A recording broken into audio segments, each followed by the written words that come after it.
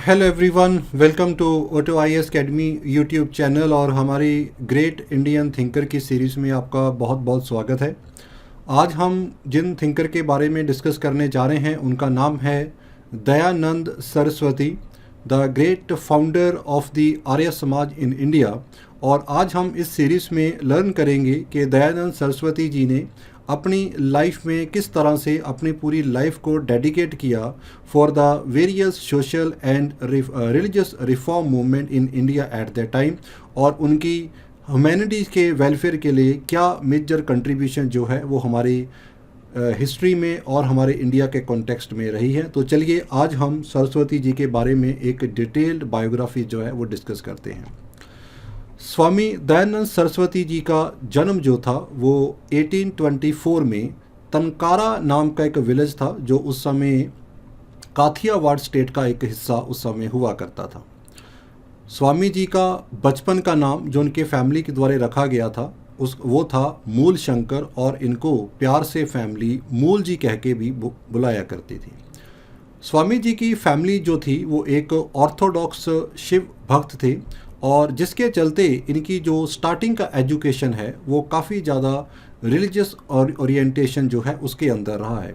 स्वामी जी की स्टार्टिंग की 20 साल की जो इनकी लाइफ के अंदर जो एजुकेशन है वो इनके उसी गांव विलेज में ही हुई है, जहाँ पे इन्होंने he was very dedicated toward the learning, जहाँ पे इन्होंने यजुर्वेद और वेद और रुद्र अध्याय जैसे उस समय के जो हमारे मेन ग्रंथ थे उनको ना सिर्फ लर्न किया बल्कि उनको मेमोराइज भी किया। स्वामी जी के जो फादर थे उन्होंने स्वामी जी को देवगिरी, संस्कृत और इसके अलावा जो एज ए शिवाइट फैमिली के अंदर जो बहुत सारे रीति रिवाज और जो बाकी के कस्टम हैं उनको भी स्वामी जी को यहाँ पे टॉट किया। कहते हैं कि हर एक ग्रेट इंसान की लाइफ में कोई एक ऐसे इवेंट या कोई ऐसा टाइम आता है जहाँ पे उनकी लाइफ के अंदर एक बहुत बड़ा मोड़ जो है वो हमें देखने को मिलता है। स्वामी जी की लाइफ के अंदर भी कहते हैं कि दो बड़ी इवेंट है जिन्होंने उनकी लाइफ को और आने वाले जो कोर्स ऑफ लाइफ था उसको बहुत बड़ा मोल्ड किया। एक पहला जो उनका इफ़ेक्ट जो था पड़ा, उनकी एक यंगर सिस्टर थी जिनकी कॉलरा की वजह से जो थी डेथ हो गई थी, और दूसरा एक शिवरात्रि नाइट के ऊपर जब उन्होंने एक माउस को शिवलिंग के ऊपर जाते हुए देखा और वहाँ पे जो भी ऑफरिंग्स उसको खाते हुए देखा, तो कहते हैं कि इन दो इवेंट ने स्वामी जी की थिंकिंग प्रोसेस को और इनकी आगे की लाइफ को काफ़ी ज़्यादा इन्फ्लुएंस किया।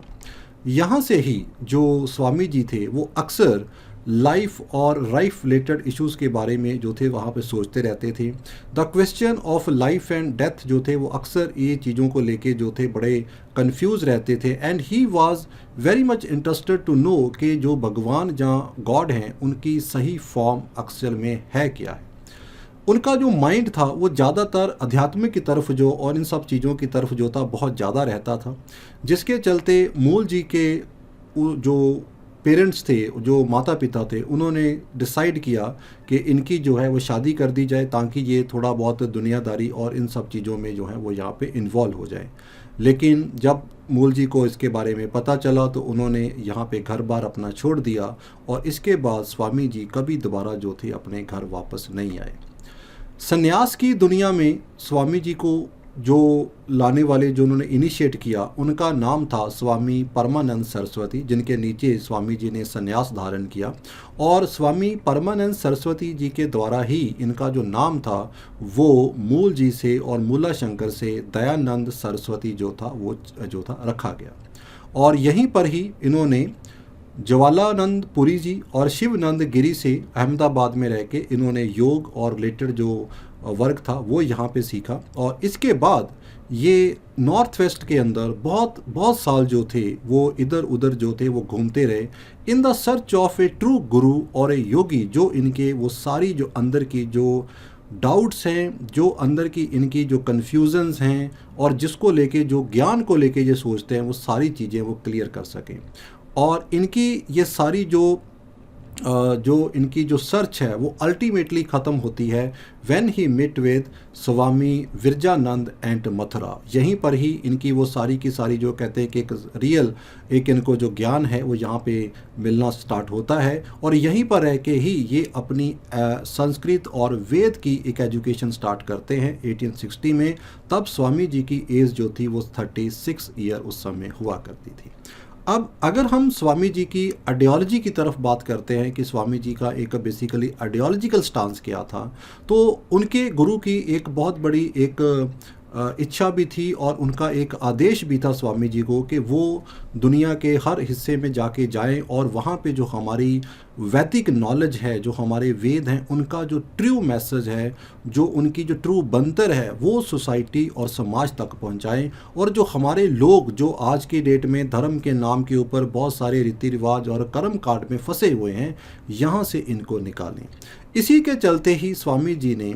आइडल वर्शिप को रिजेक्ट कर दिया, और आइडल वर्शिप के साथ साथ जो बहुत सारे मीनिंगलेस रीति रिवाज और उस समय के जो कास्ट सिस्टम के अंदर जो अनटचेबिलिटी जैसी जो हमारी इवल्स डेवलप हो चुकी थी, इसको भी इन्होंने पूरी तरह से कंडेम्ड किया।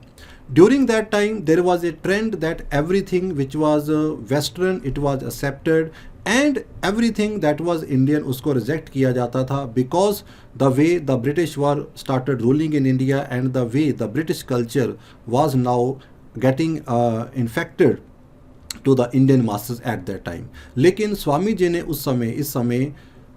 मास्टर्स को, खास करके यूथ को भी कहा कि भाई गो बैक टू वेदास, के हमारे वेद भी उतने ही रेशनल और उतने ही साइंटिफिक हैं जितने कि हम वेस्टर्न साइंस की बात करते हैं। सिर्फ ज़रूरत ये है कि वेदास की जो ट्रू मीनिंग है, जो उसकी जो सही समझ है, उसको लोगों तक पहुंचाने के लिए और सही ढंग से उसको पढ़ने के लिए। और यहीं पर ही स्वामी जी हम देखेंगे कि जहाँ पे उन्होंने वेद और वेद नॉलेज को सपोर्ट किया, इसके साथ साथ उन्होंने स्वदेशी और स्वराज जैसे मुद्दों के ऊपर भी बात की। He was the first reformer जिन्होंने स्वदेशी को प्रमोट किया, स्वराज को प्रमोट किया, और वो हिंदी को as a national language develop होते हुए भी देखना चाहते थे। हालांकि उन्होंने ये नहीं कहा कि इंग्लिश को बिल्कुल रिजेक्ट कर दिया जाए, लेकिन उनका मानना था कि इंग्लिश को लर्न करने के लिए हमें अपनी मातृभाषा जो है उसको भूलने की साथ में ज़रूरत नहीं है। That is why he basically went to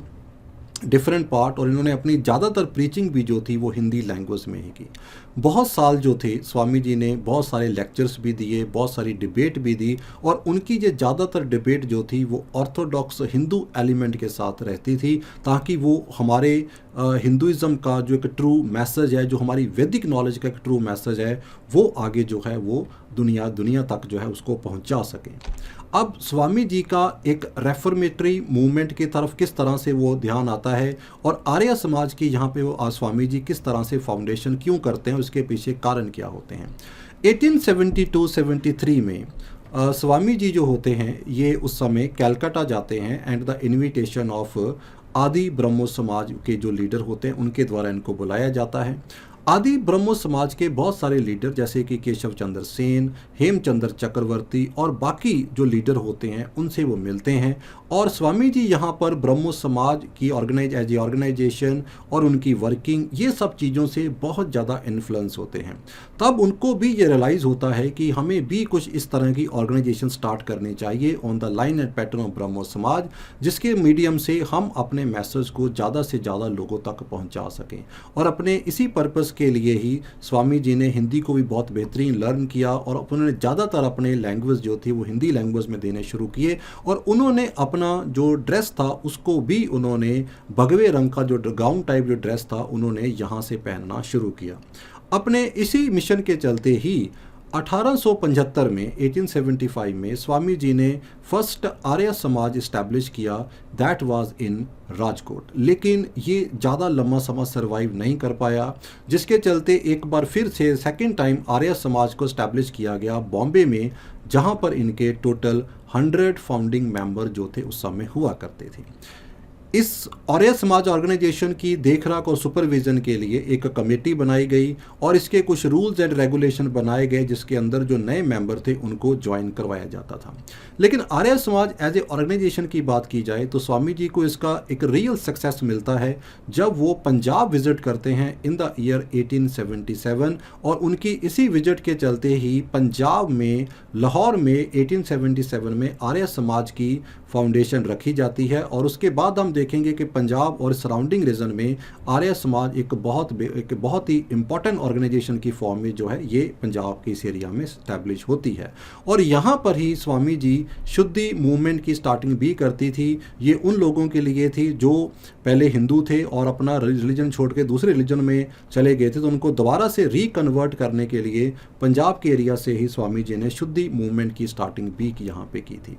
अपनी पंजाब की सक्सेस के चलते जो आर्य समाज की यहाँ पे जो थी काफ़ी ज़्यादा पॉपुलैरिटी जो थी यहाँ पे बननी शुरू हुई। यहाँ पर ही पंजाब के अंदर ही जो स्वामी जी के द्वारा एक वर्क लिखा गया वेद भाष्य, ये 1878 में लिखा गया, और इसकी वजह इन वर्क की वजह से ही जो स्वामी जी थी उनकी पॉपुलैरिटी यहाँ पे और भी बढ़ी। पंजाब में रहते हुए ही इन्होंने एक और वर्क यहाँ पे लिखा आर्य अधेश रत्नावली। इस वर्क के अंदर इन्होंने हिंदू रिलीजन से रिलेटेड बहुत सारी ऐसी की और टर्म्स थी जिनको इन्होंने डिफ़ाइन किया, जिनको इन्होंने यहाँ पे डिस्क्राइब किया, और अपने इसी काम की वजह से लिटरेरी एज वेल एज अपने स्पीचेस की वजह से ही by the time Swami ji Punjab से जब जाते हैं तो he become a very famous personality, और इनके जो फॉलोअर्स थे वो काफ़ी नंबर्स में जो थे वो बढ़ चुके थे। और इसके बाद पंजाब के बाद उत्तर प्रदेश और बाकी एरिया में भी इस ऑर्गेनाइजेशन के बहुत सारे फॉलोअर्स बने। और अपने इसी टाइम के साथ चलते ही अपने इसी एफर्ट्स के साथ स्वामी जी जो थे उनकी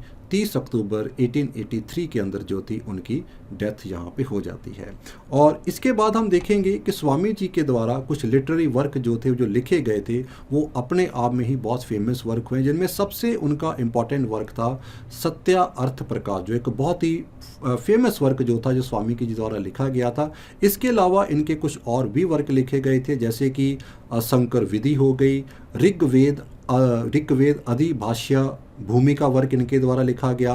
ऋग्वेद भाष्य लिखा गया, यजुर्वेद भाष्य लिखा गया, और इनकी खुद की एक ऑटोबायोग्राफी भी जो थी जो हिंदी लैंग्वेज में यहाँ पे लिखी गई थी। So everyone, this is a very small biographical sketch of the Swami Dayanand Saraswati ji. I hope कि ये आपको यूपीएससी और स्टेट सिविल सर्विस एग्ज़ाम के अंदर जो आपके थिंकर बेस जो आपको क्वेश्चन आते हैं, चाहे प्रीलिम्स हैं मेंस हैं, उनको शॉर्ट आउट करने में आपको काफ़ी हेल्पफुल जो है वो साबित होगी। And thank you very much and all the best.